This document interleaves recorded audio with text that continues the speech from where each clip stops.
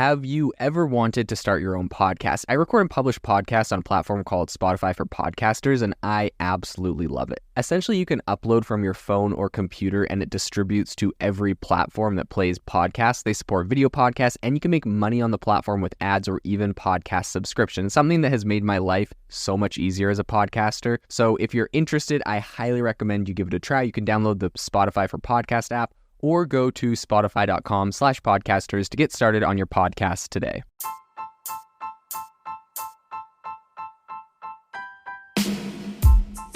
Welcome to the ChatGPT podcast. I'm your host, Jaden Schaefer. Each episode, we dive into the latest developments in the exciting field of artificial intelligence, exploring its applications and potential impacts on our daily lives.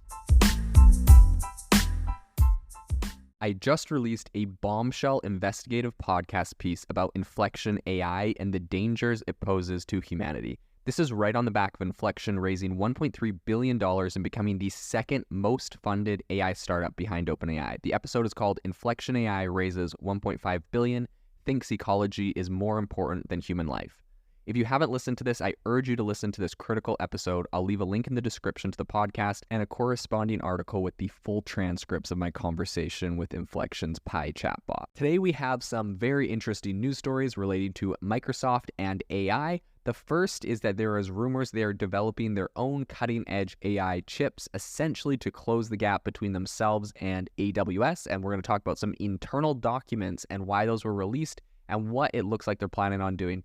The other thing that's really interesting that I wanted to cover first off is the fact that Microsoft has just announced a free generative AI skills training course to help empower learners. Now, this is something that's really cool because I think they're doing this through LinkedIn.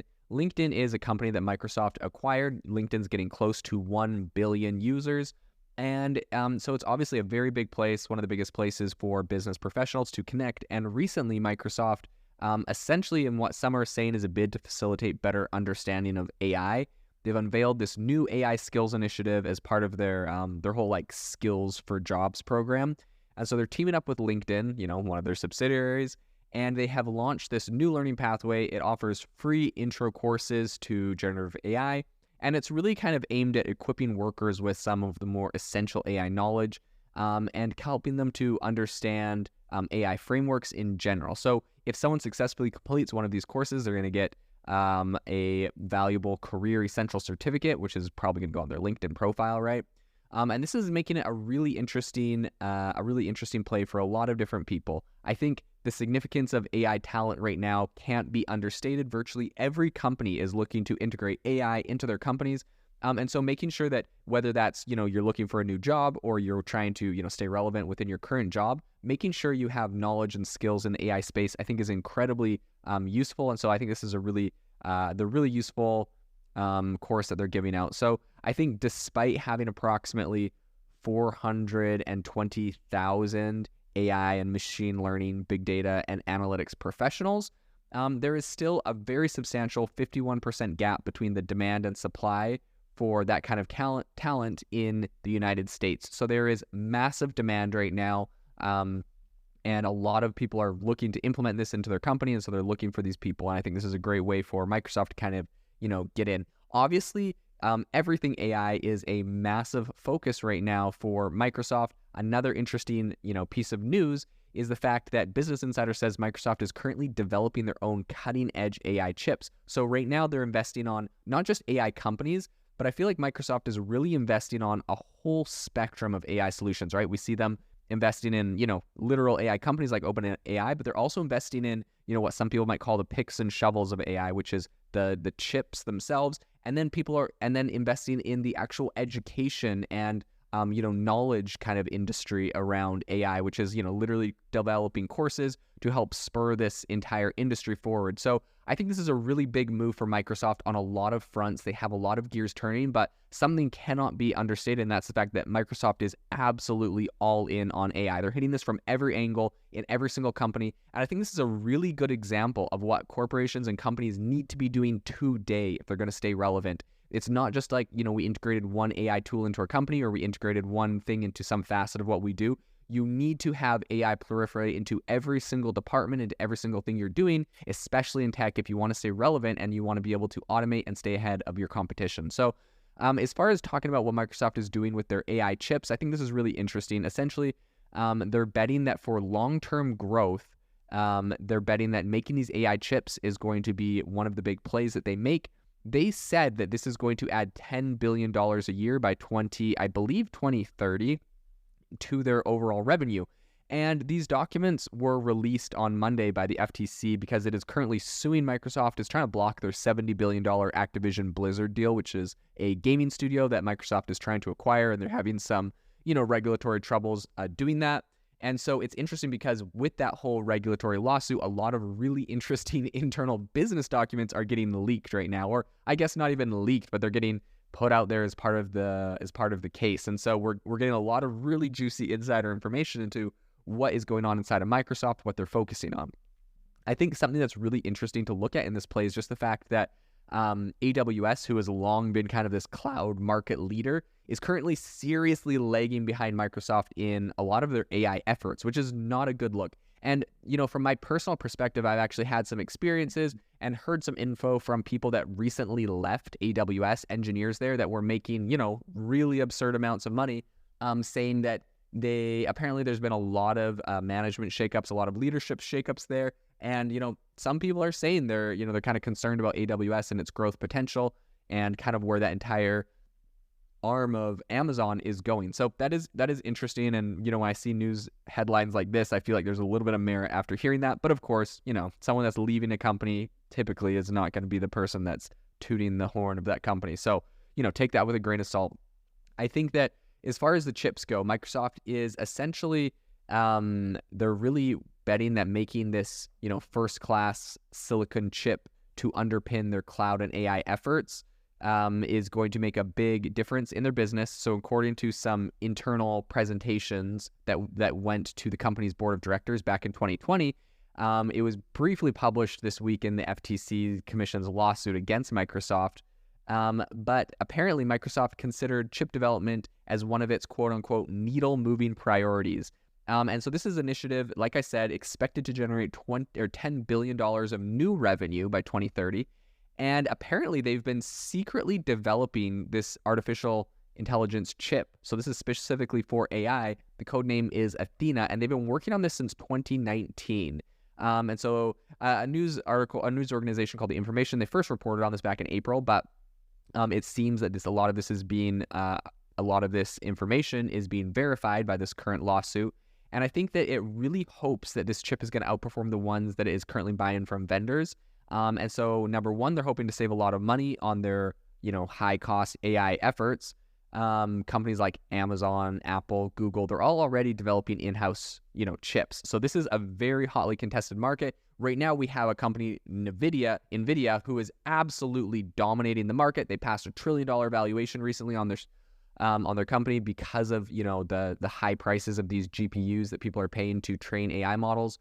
And so, we're seeing that a lot of this tech that kind of runs the AIs is becoming incredibly popular and incredibly expensive as well right now. And so I think this is going to be really interesting to over the next 3 years. So essentially Microsoft plans to add $10 billion in revenue to its data and AI business over that time period, right? 3 years. And so that's going to be a total of $26 billion they plan on pulling out of that specific area.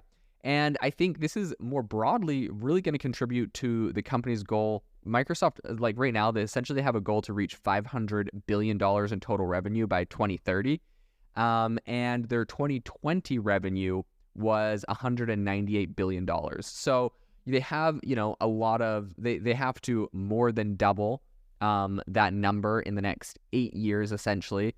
But that is up from $161 billion the year before. So they are, making some big moves to grow, and they have a lot of plans to grow more aggressively. So according to this presentation that went in front of the Microsoft board, Microsoft controlled around 16% of the global cloud server market in June last year, so 1 year ago, and Amazon had 38%, Google Cloud had 8%. And this is what they actually specifically said. CEO of Microsoft, Mr. Nadella himself, he said, we're currently a strong number 2 player in the public cloud space. Our priority is to maintain growth above the market rate to extend our lead over GCP and close the gap with AWS. I think this is going to be a really big focus for them. I think that building these AI chips is going to help. And, this data we have is from a year ago. I personally would speculate that Azure has gained in popularity since, ChatGPT came out. There's been a lot of OpenAI and ChatGPT exclusive technology on the Azure platform, which I believe has driven, an increased adoption from a lot of companies focused on AI right now. They really view Microsoft as kind of this AI-centric company.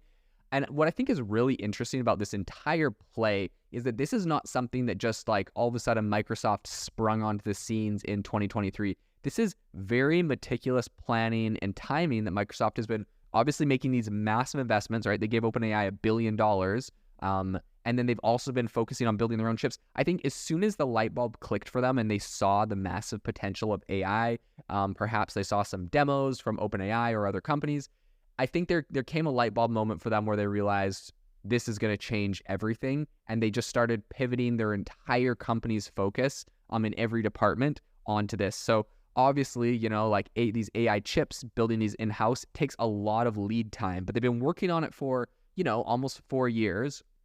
And they saw that the big play that OpenAI and the big pivot they were going to make, so they started making that investment in there.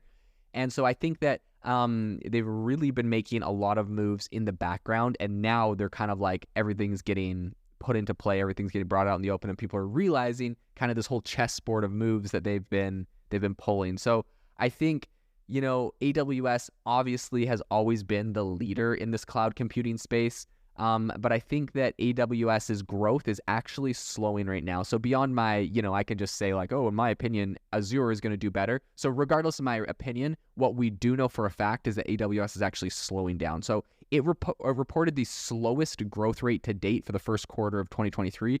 So they had a 11% increase this quarter. In the first quarter of 2023, and that's down from a 40% growth rate the first quarter of 2022. So there is some significant slowing in the growth of AWS, which is interesting because the entire cloud computing sector is growing, quite aggressively. And so I think it's interesting because Azure, according to their revenue, so just based off revenue, Microsoft's Azure and their other cloud services actually increased by 27% for the third quarter of fiscal year 2023. So I think this is going to be a trend we're going to continue to see. I think AWS is, unless they really get their stuff in order, I think that they lagged, right? They were the business leader, they were the market leader for a long time, and I think that a lot of companies are kind of scheming in the background to, usurp them and jumpstart them. And AWS is just kind of enjoying that first mover advantage, almost kind of, just like being out in the front. And so I think that they're really going to need to speed up and make some big moves, especially in AI, if they want to maintain that market dominance and if they don't want to get completely beat out by a lot of these other players. So I think Microsoft recently told investors that AI revenue added 1 percentage point to Azure's growth rate, which isn't anything massive. And that was in its third quarter earnings call that they did in April. It's going to be interesting to see how that changes, if that's impacted.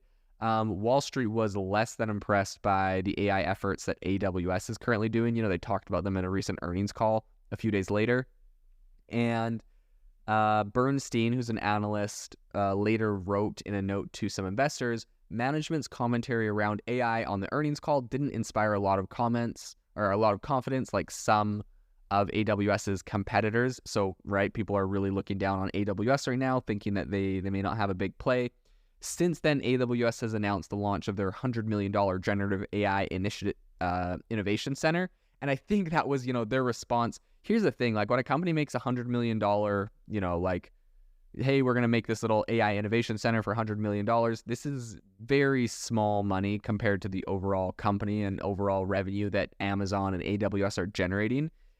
So I don't know if that's really going to be enough to push the needle. I mean, it is a good, show of good faith to their investors that, hey, this is something we're focusing on, even if this isn't something that is, even if it looks like they're lagging a bit, at least it looks like they're trying. Although in my opinion, they need to make need to make much bigger plays. They can't just rely on the fact that they're one of the dominant market leaders. I think we're seeing companies like Google Cloud go and poach Anthropic, a major AI player, Microsoft poach OpenAI, a major AI player, and getting them onto their cloud platforms. And so I think if Amazon wants to stay relevant, they can't just say, look, we're the biggest, that therefore we're the best, so everyone should use us. I think they're going to have to start making some sweetheart deals with some of these big AI models. They're needing to show the industry that they are actually willing to play and willing to support the AI industry in general. It's going to be interesting to see what AWS is able to do, if they can pull themselves out of this kind of growth slump that they're veering towards, or if they're going to let Microsoft eat their lunch, which I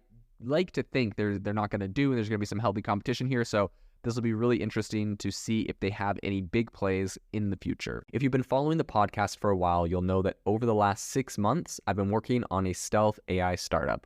Of the hundreds of projects I've covered, this is the one that I believe has the greatest potential. So today I'm excited to announce AIBox. AIBox is a no-code AI app building platform paired with the App Store for AI that lets you monetize your AI tools. The platform lets you build apps by linking together AI models like ChatGPT, Midjourney, and 11 Labs. Eventually will integrate with software like Gmail, Trello, and Salesforce, so you can use AI to automate every function in your organization. To get notified when we launch and be one of the first to build on the platform, you can join the waitlist at aibox.ai. The link is in the show notes. We are currently raising a seed round of funding. If you're an investor that is focused on disruptive tech, I'd love to tell you more about the platform. You can reach out to me at jaden@aibox.ai. I'll leave that email in the show notes.